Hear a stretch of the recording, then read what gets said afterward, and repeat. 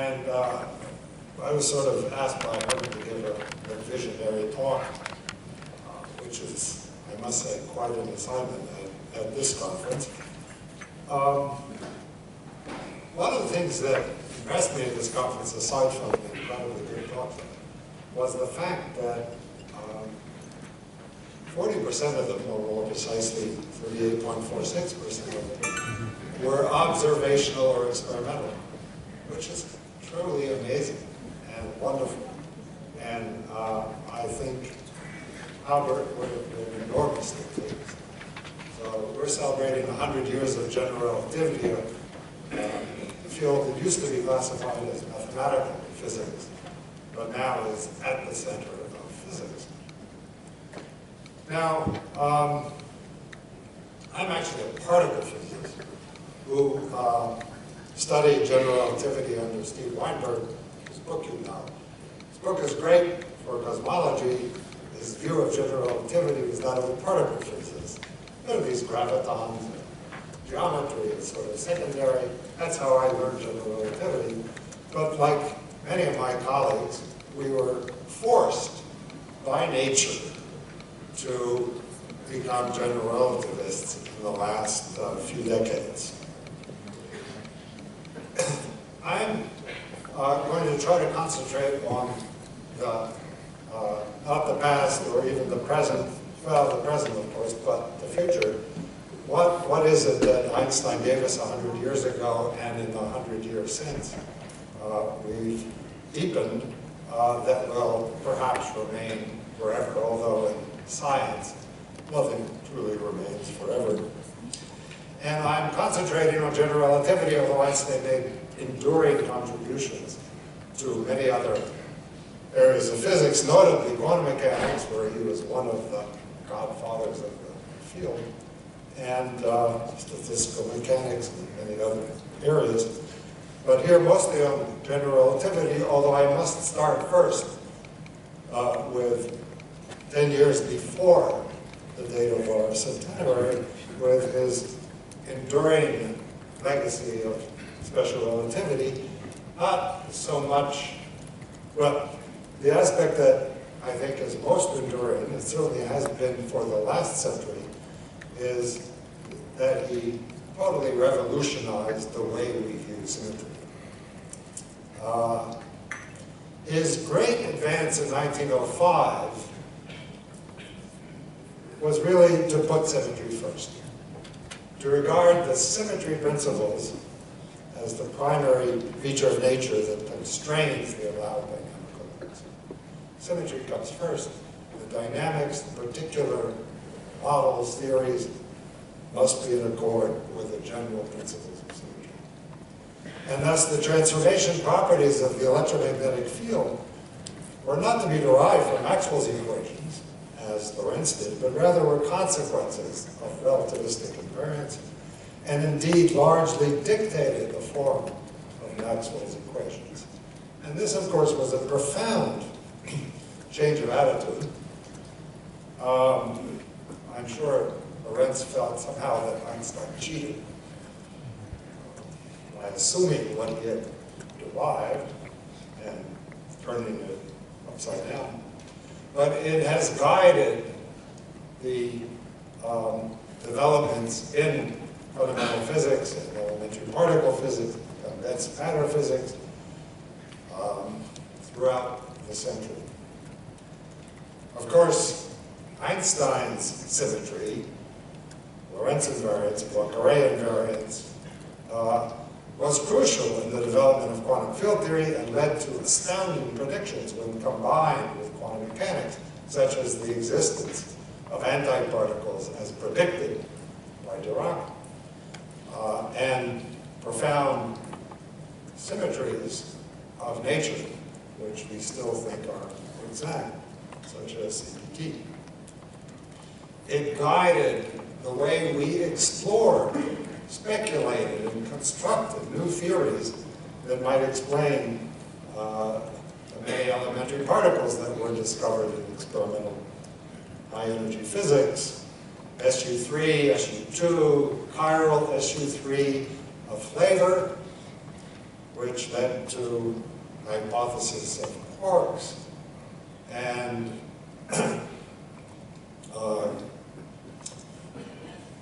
Goldstone bosons of chiral SU3 pions that enormously influenced the way and the complete lack of understanding of how quantum field theory works. The search for symmetry principles enabled theoretical physics to make enormous advances. And finally, the culmination of the search for new symmetries, the discovery of local gauge symmetries that dictated, to some extent, the form of the fundamental forces in nature, including gravity, but in this case, the forces, the subatomic forces of E and M, the weakened nuclear force and the strong nuclear force. And again, the search for symmetry, for new symmetries, and exploiting broken symmetries of nature, which being broken or can be symmetries that we haven't yet found, has largely guided many of the crucial developments of theoretical physics in particle physics, many-body physics throughout the last century and continuing. One aspect that could have arisen, one question that could have arisen, and maybe the historians will shed some light on this, early in the days of special relativity even, and as far as I know, wasn't asked by either physicists or mathematicians, was, could there be new hidden symmetries of space and time? The story of this question and its answer, as far as we understand it today, that yes, there is a beautiful generalization of Einstein's symmetry of Minkowski space, namely supersymmetry, was only answered much later on, first negatively, falsely, again a mistake, and then positively coming from the early formulation of string theory, the discovery that the global symmetries of space-time, Einstein, Lorentz, Poincaré symmetries, the rotations of ordinary space could be generalized to superspace, a space which contains, in addition to ordinary coordinates of space and time, Grassmannian coordinates, dimensions, which are measured with anti-commuting numbers. And there is a natural, easy, beautiful, elegant generalizations of all the space-time symmetries that had previously been discovered and used to superspace. That all of the beautiful theories of classical and quantum field theory that had been known could be easily and naturally generalized and incorporated in theories with larger global symmetries. And to some extent, we believe now that that exhausts the search for larger symmetries of space-time, at least in the traditional sense. Probably we're wrong, but nobody has really figured out how to go beyond supersymmetries, except of course, to make these symmetries local, gauge symmetries, as Einstein did for the global symmetries of space-time, and to replace gravity by supergravity. This has been an enormous development, very important development in theoretical physics over the last decades. It has the remarkable feature of uniting the two kinds of particles that we find in nature, bosons and fermions, with opposite statistics and different spins, and leads to predictions, not precise predictions, but qualitative predictions. For if this symmetry is a property of nature, then there should exist many new superparticles, and if we knew the scale where that symmetry was broken, it must be because it's not manifest in our vacuum, then we could detect some superparticles. And there are many clues that that scale is around a TV. They might be false clues, but anyway, they're clues. And that means that at the LHC, we are currently testing these predictions, and we might next week, or more precisely in 2 weeks, discover some symmetry, or not. But if LHC, this would be quite a dramatic event. If in 2 weeks from now, or 2 years from now, the LHC, Atlas, and CMS announce that they have discovered evidence for supersymmetric existence of supersymmetric particles and models, we will have experimentally discovered that space-time has fermionic dimensions, that we live not in space, time, even that Einstein envisaged dynamical space-time, but rather dynamical super space-time. So, special relativity had an enduring impact on theoretical physics, of course. For Einstein, it raised two outstanding issues that have been discussed here that led him to his general theory, reconciling Newton's theory, which at action at a distance was inconsistent with special relativity. But perhaps more important, as I can figure out, for Einstein was to extend the principle of relativity to accelerated observers. He didn't want to have any kind of special observer. And in his foundational paper for general relativity, 1907, he asked whether it's conceivable that this principle can be extended to accelerated observers.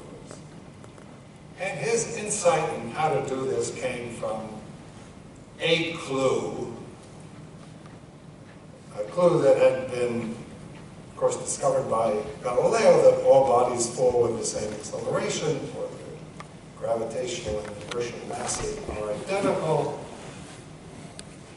A remarkable coincidence, now measured, as we heard in Eric's beautiful talk, with extraordinary accuracy. It's not clear that, again, I asked the historian, that anyone really noticed this before Einstein, in the sense that this had to be absolutely fundamental. It couldn't just be a coincidence. We have a bunch of such clues nowadays. Many people argue that they're absolutely convincing clues that say all the forces unify at the Planck scale, but they could be coincidences. Einstein recognized that this was not a coincidence. This had to be a deep fact.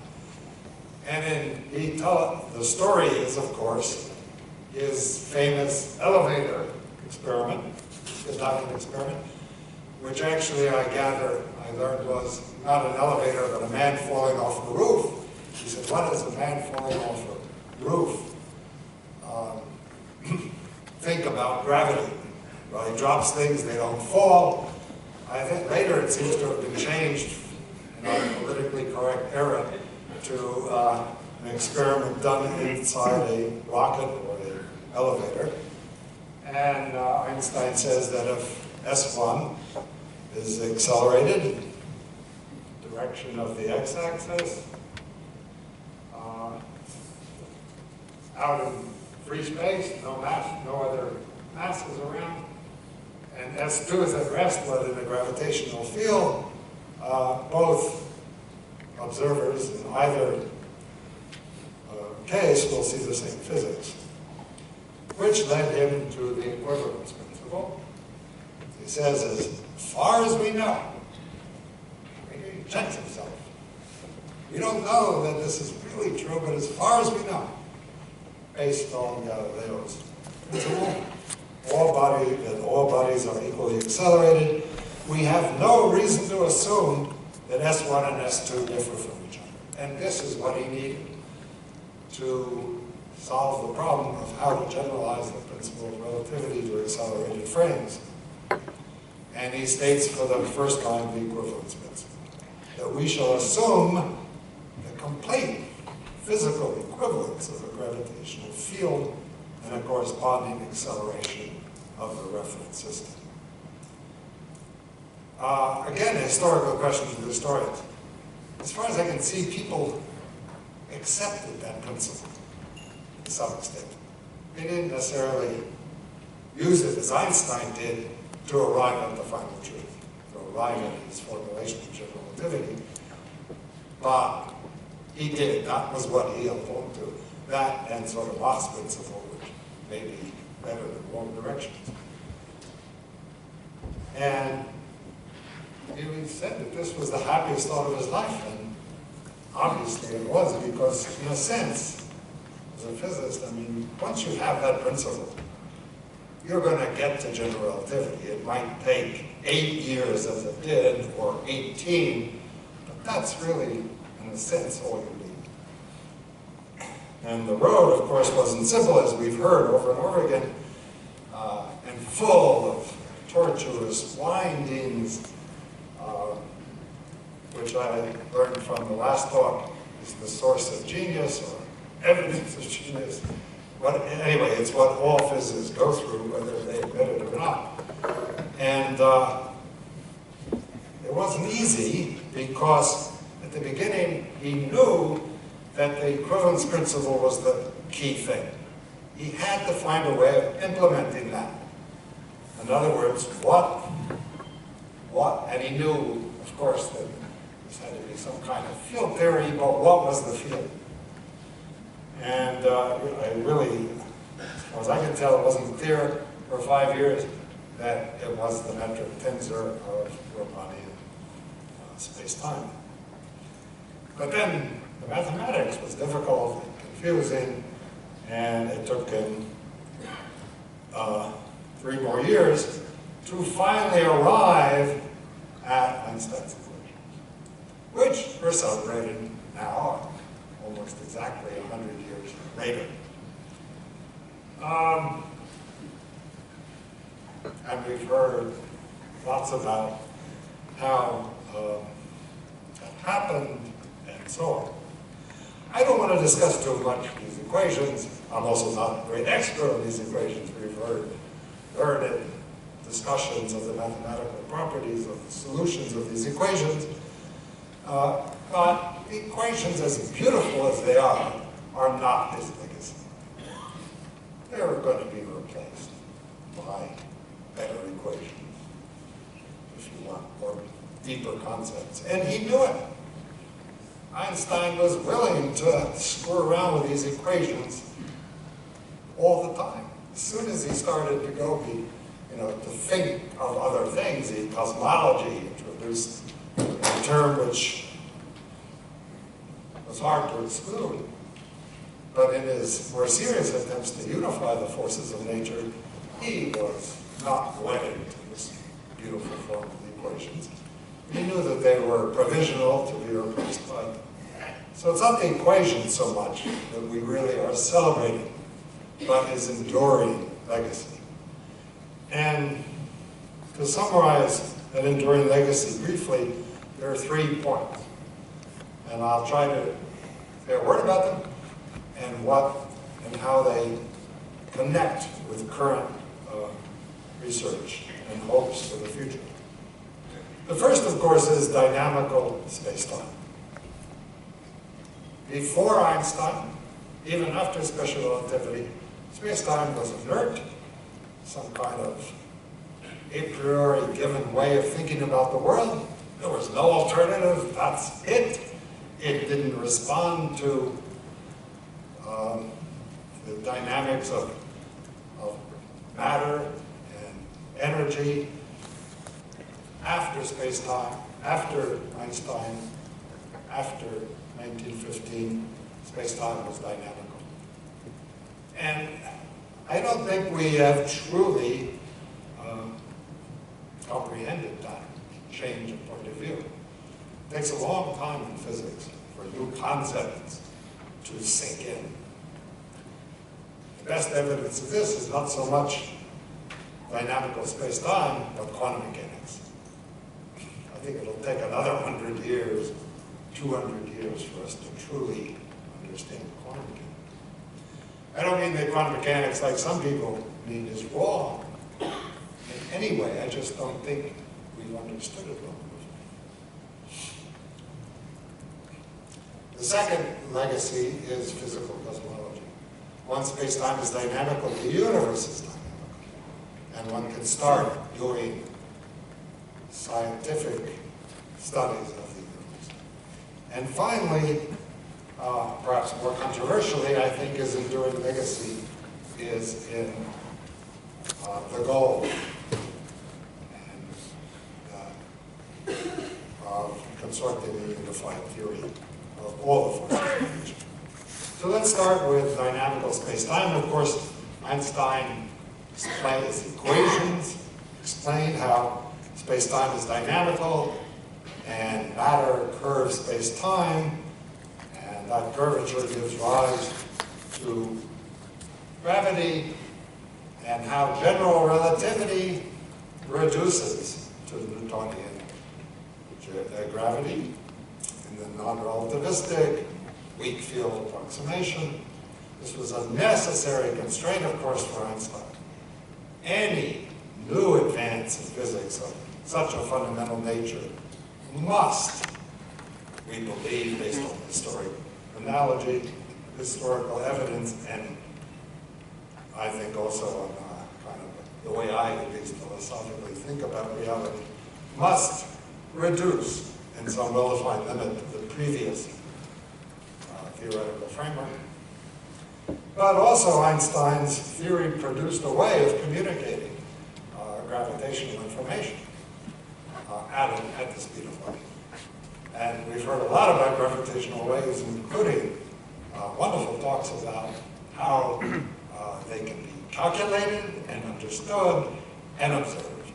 And we're on the threshold, clearly, we all believe, of direct observation of gravitational waves, which is very exciting. But all of this is weak field.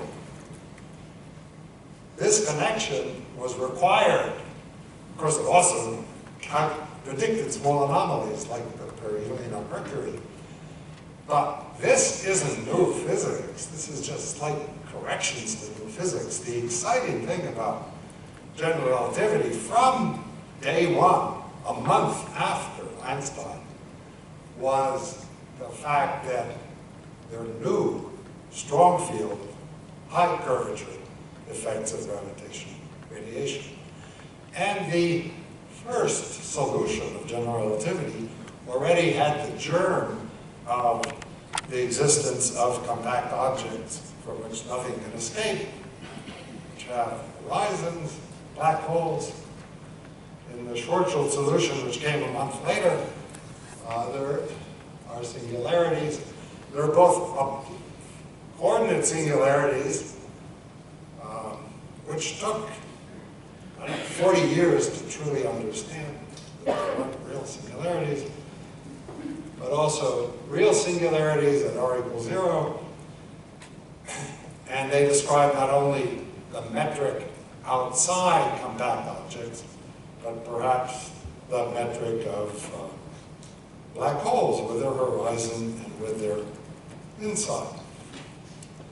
And they have, so this started a month later in a way, and remains at the center of both physical cosmology and astrophysics and theoretical physics. Today, after much controversy and more recently observation, we now know that black holes are real physical objects that permeate the universe. But they have also provided a theoretical laboratory for doing thought experiments, especially after Hawking's discovery that they are not permanent and they will emit what looks like thermal radiation and decay. They are abundant throughout the universe, and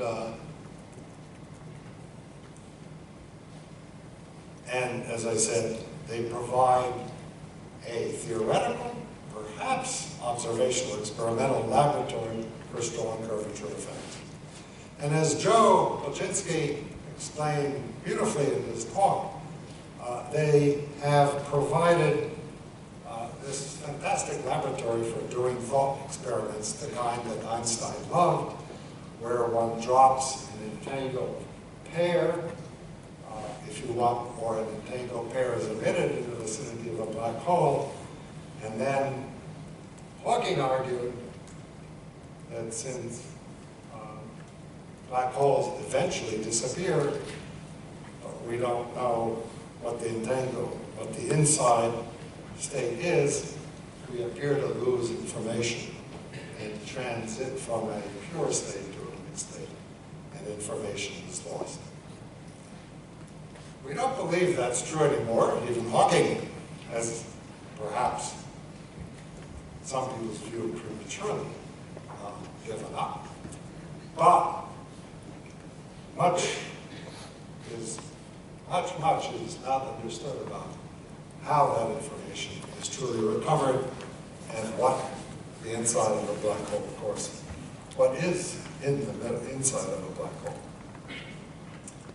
The area, however, where strong gravitational effects become strongest and totally are confusing is short distances. Just naive dimensional analysis tells us that Einstein's theory, when viewed perhaps in modern terms as an effective field theory, or no matter how you view it, it has a dimensionful parameter, the Planck scale, the Planck length, and at that scale, the quantum fluctuations, at least when you treat Einstein's equations as a quantum field theory in the usual perturbative sense, the fluctuations at very short distances become uncontrollable. The linear effects grow, the nonlinear effects grow. We have no control. What we quantum field theory, this we know as a non-renormalizable field theory, or in more modern terms, as just a low energy approximation to something, the ultraviolet completion of which we don't know. From a particle physics point of view, from the beginning, this feature indicated to a particle theorist that we have to go beyond Einstein's theory. And from a general point of view, in which you don't attach emotional value to this beautiful equation, this is obvious to us. Einstein's theory is just an effective field theory, given the symmetries. The simplest one you can write down. Of course, you can also add the cosmological constant. Nothing prevents you from doing that. It should be there. Only question is, why is it so small? But that's a different kind of question. But how to go to a different theory is not obvious. To how to go beyond Einstein's theory, of course, is not obvious. And furthermore, this isn't just the fluctuations of some arbitrary field, this is fluctuations of space-time. And it immediately raises the question, the toughest question of all, because space-time is such an important basic concept of physics as to what the true nature of space and time is. Is it just a crude description of physics at large distances, perhaps to be replaced by something else, as many concepts of physics have gone through? And if so, what is it made out of? Okay, let's go on to the next question, legacy, physical cosmology. Where before Einstein, there were people who tried to do theories of the universe. There are, of course, many theories of the universe, creation theories. This was the stuff of religion and philosophy. But after Einstein, and only after you had equations really in which space-time itself was dynamical, could the history of the universe become the subject of physics. Einstein, this of course was described. Einstein, as far as I can tell, the reason he started doing cosmology almost immediately after 1915 was because he knew that if his theory was a theory of dynamical space-time, the universe is space, you must apply it to the universe. And he was worried, concerned, that his theory was wrong. I mean, all theorists, when they write down a model or a theory, are terrified that they're wrong. Dirac, supposedly, after writing down the Dirac equation, waited for weeks to try to solve hydrogen atom because he was terrified that he was wrong. Such a beautiful equation. So he was a burning question whether the relativity concept can be followed through to finish, which meant not just applied to the motion of the Earth around the Sun, but to the universe, or whether it leads to contradictions. And although, he had to fiddle a bit to get a static universe, because it's obvious the universe is static, nothing changes every night, and a universe without boundaries because of Mach's principle. He had to work a bit, but at least he could construct, for a while, a consistent-looking theory of the universe. So I'm satisfied that I was able to think the idea through to completion without encountering contradictions. This was a test of his ideas. And now I'm no longer playing with the problem. But he kind of knew that he'd constructed a kind of weird thing, which exposes me to the danger of being committed to a madhouse. And he also thought, originally, that his model that I formed for myself corresponds to reality. Whether it corresponds to reality is a question about which we shall probably never gain information. So theorists do this all the time. I mean, all physicists do this all the time. They imagine that the observational or experimental tests of their ideas will never happen. Nobody will ever see atoms. Of course, now we see them all the time. And 100 years later, we have this amazing theory, model, standard lambda CDM model of cosmology, which gives us a story, a history, a quantitative history of the universe. From the beginning, close to the beginning, inflation, expansion, development of structure, amazing, in 100 years. And we heard a beautiful talk by Spergel summarizing what we know. The precision is mind-boggling. But I really wonder what Einstein thought about the question that still plagues us, that Paul Steinhardt discussed, for example, at the beginning. I don't know. Maybe the discussion afterward, did Einstein worry about that? It's, after all, what I take from Einstein's cosmological consideration, and from some of his discussions about the meaning of now and what is reality, is that the way we have to think about the universe is the complete space-time history. The universe is, cosmology is the history of space-time, a four-dimensional Lorentzian manifold, which has a beginning, it has perhaps a boundary. Einstein tried to remove the boundary, the spatial boundary, and an end. And we are faced, as Paul emphasized, with a challenge today, the first time in the history of physics, to understand the beginning, the boundary if there is any, and perhaps the end as well. The reason I bring in the end, which is normally left out, is that the laws of physics, as far as we can tell, are CPT invariant. You can reverse the direction of time if you go from particles to antiparticles and look in the mirror. And that symmetry, even string theory doesn't violate. That seems to be inherent. So if we're to understand the beginning, perhaps we also have to understand the end. If we know what fixes the initial condition, perhaps we have to know what fixes the final condition, especially in de Sitter space, where the end is pretty weird. And if you listen to Ashlegar's talk, that's the problem he emphasized, right? And here is a situation in physics where we don't really know what the rules are. Sometimes this happens in physics. We get to a situation where we're faced with a challenge where we're not sure even what the answer would look like, because that kind of question has never been asked before scientifically. This is this kind of problem.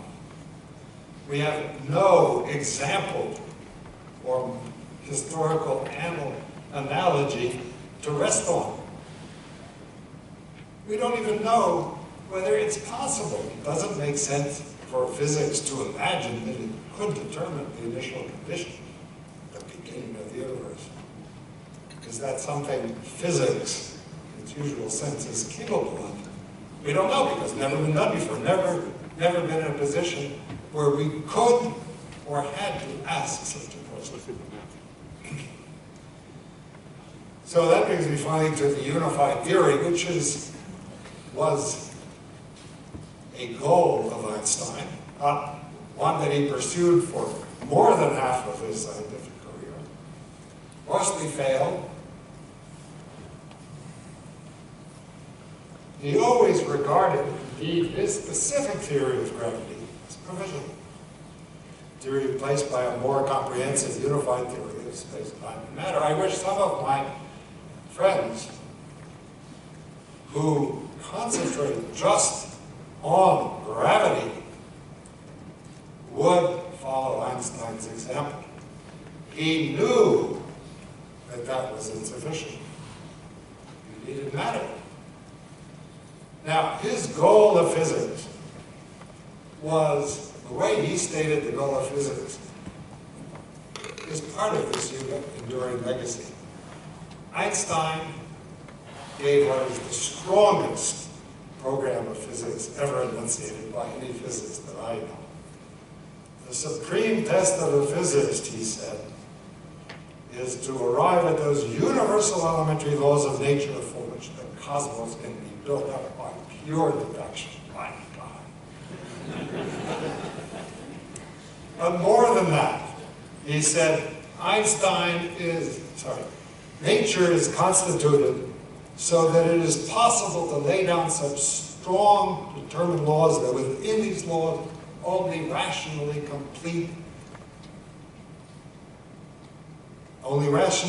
completely determined constants of nature occur. Not constants that could be changed without completely destroying the theory. Wow. And he truly believed it. So one of the reasons he didn't like the cosmological constant was, his principles allowed such a thing.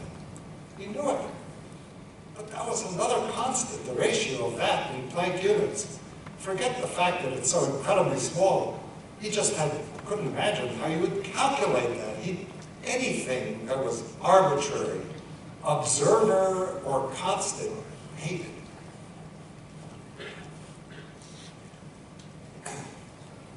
So in particular, his goal was to modify or better understand his equations, the left-hand side of which is this beautiful consequence of the profound symmetries, whereas the right-hand side, the source of curvature, I talked to you yesterday.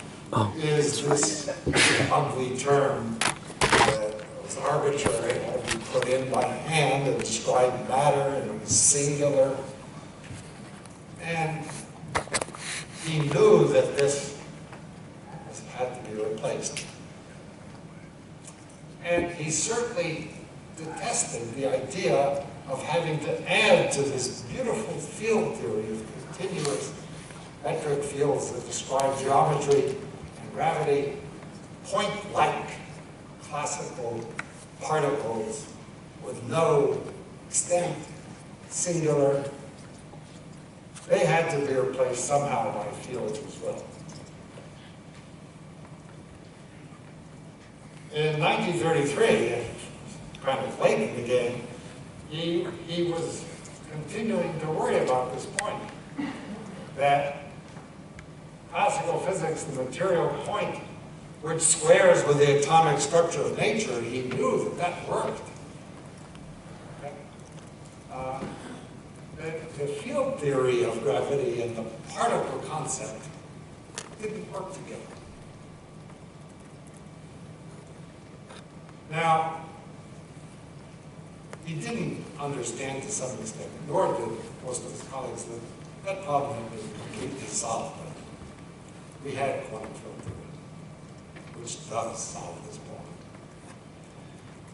Einstein, more, he somehow thought he would, it seems to me that we would have to give up the notion of absolute localization of particles in order to reconcile particles with gravitational fields, this field equation. You might regard this as evidence that you believed in string theory.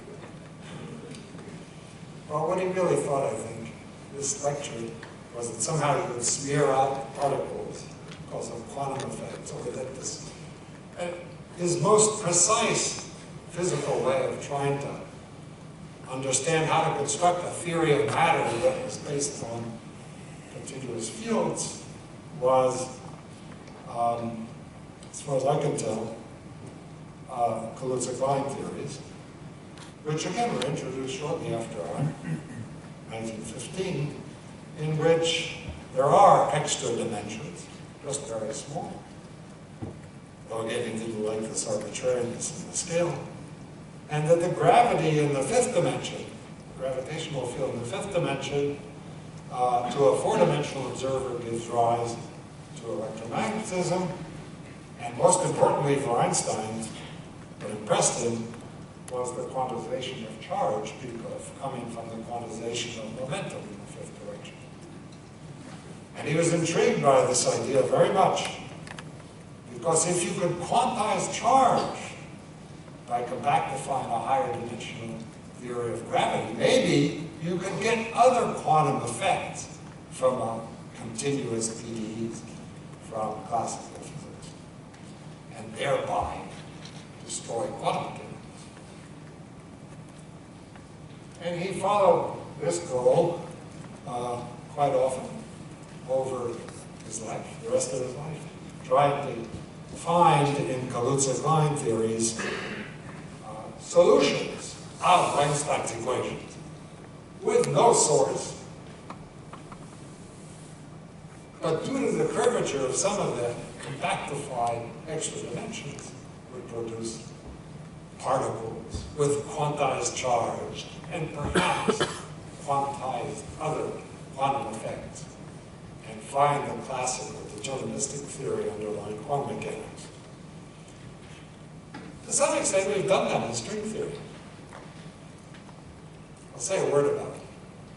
I'll tell you that string theory isn't a theory yet, but there are string solutions. There are states that one can construct perturbatively around some classical background in a controlled fashion, which, in some approximation, look like strings propagating in space-time, except that some of the spaces are curled up in more interesting ways, dictated by Einstein's equations. And there, indeed, the nature of matter, the form of the symmetries, say like the symmetries of the standard model, the value of the masses of the elementary particles, etc., are all determined geometrically by the properties of this compactified manifold. I think Einstein would have loved this. How could he not? But he would have had, of course, to accept quantum mechanics. He believed, indeed, that matter should be such solitons, wrapped up solutions like that. And his overwhelming hope was that if one had the field equation of the total field meant that he was allowed to introduce other things than the metric of four-dimensional space-time, perhaps the metric of higher-dimensional space-time, the electromagnetic field. The particles then would be describable as singularity-free solutions of the complete field. Then the general theory of relativity would be complete. So poor Einstein, we're celebrating all of his successes, but he died probably feeling, I was told by Abraham Pais that he visited Einstein in his hospital a few days when he was dying. And he had a pad and was continuing to scribble on his latest version of how to modify the field equations so that this would happen. So if Einstein came back today, he would be very pleased by black holes, real black, well, I'm not sure he would be pleased by that. Certainly be pleased by gravitational wave detection and by the test of general relativity and so on. But I'm sure this is what would still look at have we. Well, we've gotten quite far. At least in constructing, ignoring gravity, a theory, a fantastically successful theory. It's called a model, it should be a theory, of elementary particles based on the observation and measurement of these families of quarks and leptons and a deep understanding of the three forces that act within the atom, within the nucleus. It's an incredibly well-tested theory. It's incredibly broad in its applicability. You have to add this Higgs mechanism, which is now, again, becoming better and better tested. And you have a theory.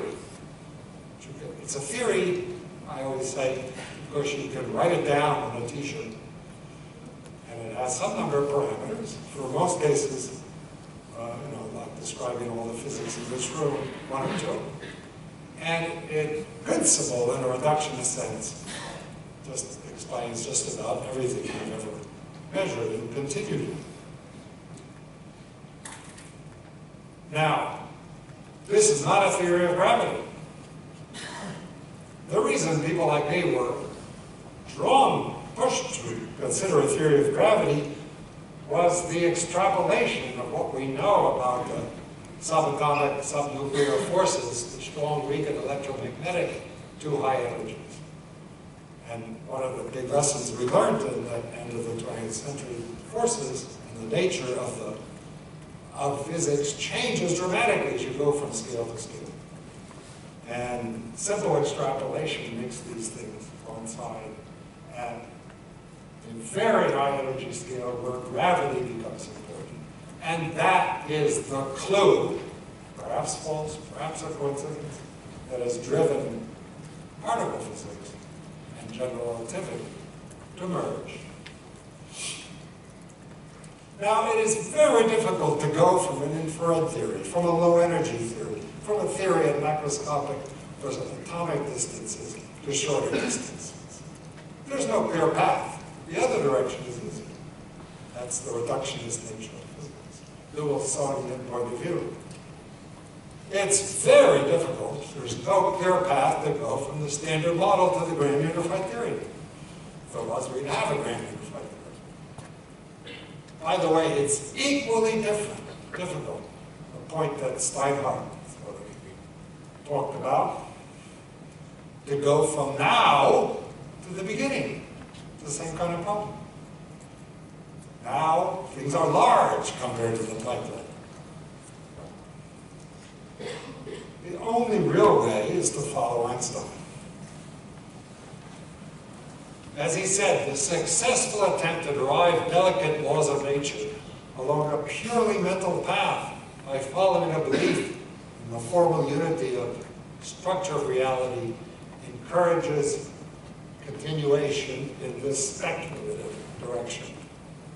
To go from the infrared to the ultraviolet, from the large to the small, requires leaps, guesses, speculation, the dangers of which everyone who vividly follows it must keep in sight, which is very important. And that led us to string theory. Actually, it didn't. String theory began as a theory of mesons, of nuclear force, because as we know now in QCD, mesons look like fat flux tubes or fat strings. So it's not surprising that starting with the data of proton scattering, mesons, so on, nuclear strong interaction physics, when it was led to the so-called dual resonance model, which morphed into string theory, where the basic objects were extended, like these flux tubes, with forks or labels at the end, and open strings. Gauge theory and string theory are closely related, dual descriptions of the same physics. We now understand that much better. But the remarkable thing about string theory was, as Ed Witten sometimes has said, the discovery of gravity. The fact that a closed string, an open string can and must be closed for consistency, and closed strings describe gravity. That has, for some of us, resolved the basic issue of whether quantum mechanics and gravitation and Einstein's general relativity of gravity are consistent. Because string theory provides for a toy model for all of the string solutions we know, and as Joe explained, they tend to the 270,000 or more, actually, infinite number, UV completions. In other words, a way of calculating radiative corrections. Not only do you have, can you cure the infinities, there are no infinities in the beginning, because as Einstein said, you smeared out the particles to form a string. But more importantly, it gives us now a way of describing, perhaps, understanding some of the paradoxes of strong, non-perturbative gravity. But I have to speed up. So we have in string theory this profound connection between open strings or gauge theories, flux tubes, forks at the end, and closed strings for gravity. And the most dramatic manifestation of this, which has been guided research in the field for the last, it's almost now 20 years, is the so-called ADS-CFT correspondence, in which a string theory or a theory of quantum gravity in anti-de Sitter space, which is kind of a box with a boundary, and on that boundary one can formulate an ordinary quantum field theory, scale invariant quantum field theory in the simplest case, conformal field theory in flat Minkowski space. And these two different theories are, we believe, with enormous evidence, and no evidence against, really, that these are the same mathematical description. These are different mathematical description of the same physics. We have a duality between an ordinary quantum field theory that we understand very well, which we can put almost on a computer and solve numerically, which is a close cousin of QCD and the standard model, and a string theory for large distances, quantum gravity in anti-de Sitter space. And this duality is enormously important. For example, allows us to explore black holes, because in this duality, a black hole in anti-de Sitter space, somewhere in the middle, small black hole, is dual to a quark-gluon fireball. And this cousin of QCD is a kind of fireball that is now created in the laboratory at RIC, where you smash photons together, and for a brief moment, quarks and gluons thermalize and create a deconfined state of matter before they fly apart. It can be explored experimentally, and indeed, so this duality is one of the reasons we believe the time evolution of black holes is unitary, because the dual description is certainly unitary, and information is not lost. Also enables us to calculate in this cousin of QCD transport coefficients and other difficult to calculate quantities, and has many, many, many other applications. In the framework of string theory, space-time seems even more of an emergent concept, because many of its features, the features of space-time that are obvious, even to Einstein, smooth manifold, a fixed topology, and a fixed number of dimensions, are all disappearing. String theory, cut the manifold, you can change the topology and the number of dimensions continuously. And that, of course, convinces most of us that space-time is an emergent phenomenon, an emergent concept, description, good for large distances. That means, of course, following Einstein, that gravity, in a sense, is emergent. And in this duality that we explore nowadays, both of these features are obvious. Some of space-time is emergent, and gravity is emergent. The dual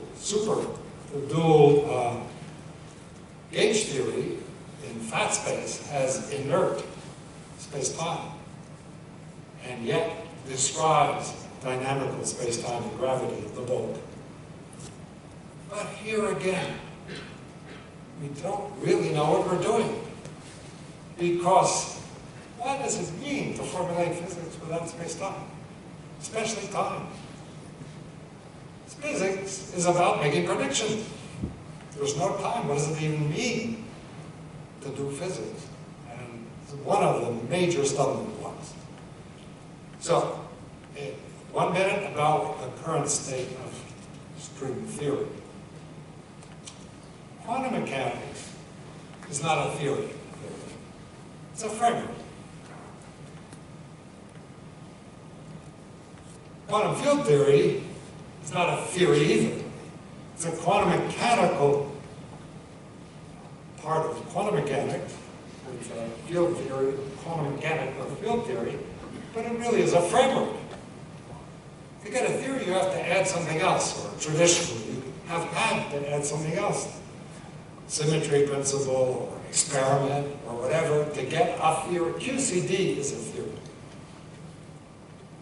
It has one or two almost irrelevant parameters, the quark masses, no other parameters, quite specific. You put it on a t-shirt, and you can calculate, for example, the hadronic spectrum, the spectrum of all the nuclear particles to about 1%.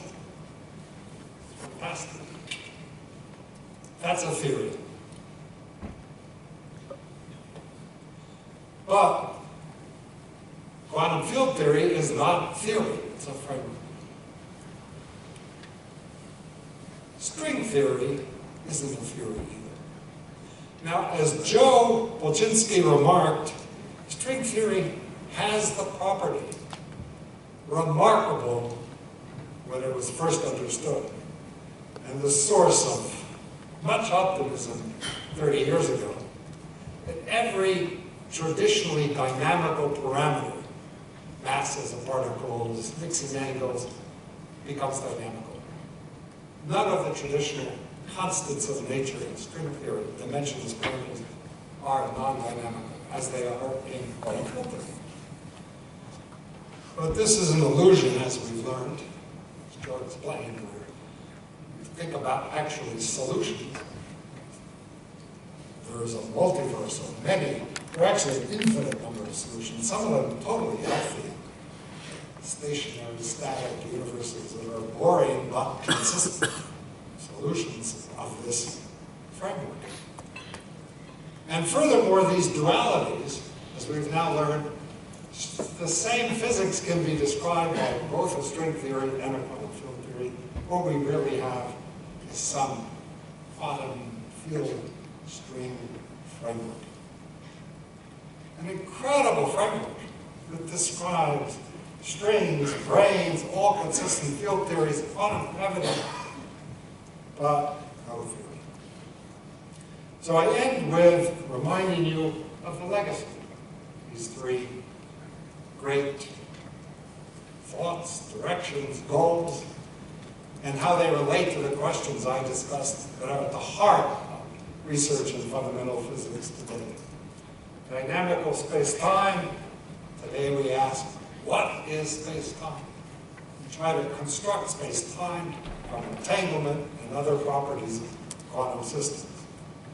Physical cosmology, enormously successful, the goal of understanding the universe, but today we ask, what is the initial, final state of the universe? And finally, the goal of unifying all the forces of nature. And today we ask, we might be developing a framework to do that, but what fixes the dynamics? Thank you.